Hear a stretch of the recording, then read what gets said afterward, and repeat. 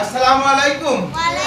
5 August উপলক্ষে আমাদের বিদ্যালয়ে যে প্রতিযোগিতাটা আয়োজন হয়েছিল সেই প্রতিযোগিতার আমাদের বিজয়ী ছিল রিমতি, ওয়াহিদা আক্তার রিমতি। সে কবিতা আবৃত্তিতে পুরস্কার পেয়েছে। তার পুরস্কারটা আমরা পরে দেখাবো। তার আগে সে পরিবেশনটা দেখতে চাচ্ছি আমরা রিমতি থেকে। তোমরা করতালি দ্বারা সবাইকে একটা উপরে ইয়া করো।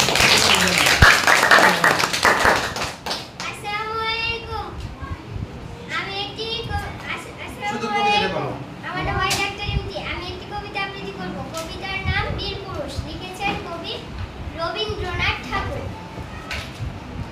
মনে করো যেন বিদেশ ঘুরে মাকে নিয়ে যাচ্ছি অনেক দূরে।